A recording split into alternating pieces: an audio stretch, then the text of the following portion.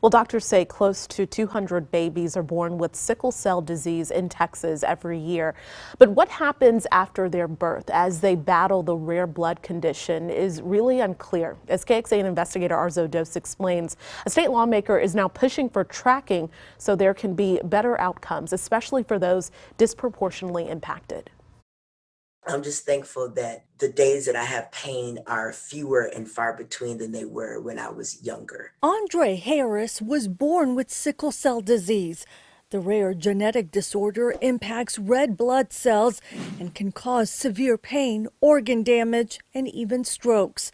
His parents were told he wouldn't make it past his 21st birthday. I had a lot more complications, a lot more, a lot more pain episodes, more close calls to death, unfortunately, than I do now. Though his treatments have gotten better, he still struggles with the pain. I have more stories about my pain being questioned than I can even remember, that I can even count. State Representative Jarvis Johnson from Houston has heard those stories from Harris, who's now an intern in his office. Can you imagine going to the doctor, going to the hospital in pain, excruciating pain, as I'm told that it feels like shard glass running through your veins, and someone kind of blows you off? Johnson says a statewide sickle cell disease registry could help healthcare workers flag sickle cell patients.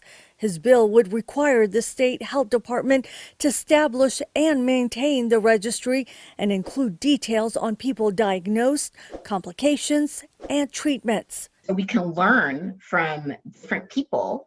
Wow, it looks as if people with this type of sickle cell do better with this type of treatment plan. That's stuff that we haven't been able to really share very well. Dr. Tilope Fashipe treats children diagnosed with sickle cell in Houston. She's a patient herself, and she was recently at the Capitol testifying about the importance of the registry. She says it would also give the state an idea of how many people are diagnosed. I think the numbers are going to be shocking. And then from there, I think it's more justification to place more dollars in research and then put more money towards intervention. Had this registry already been around when you were born, what would it have done for you? It would have been useful for me to combat the provider bias in emergency room settings and provider bias in settings where I requested pain medication, or bias and discrimination in settings where they weren't familiar with me. Arzo Dose, KXAN investigates.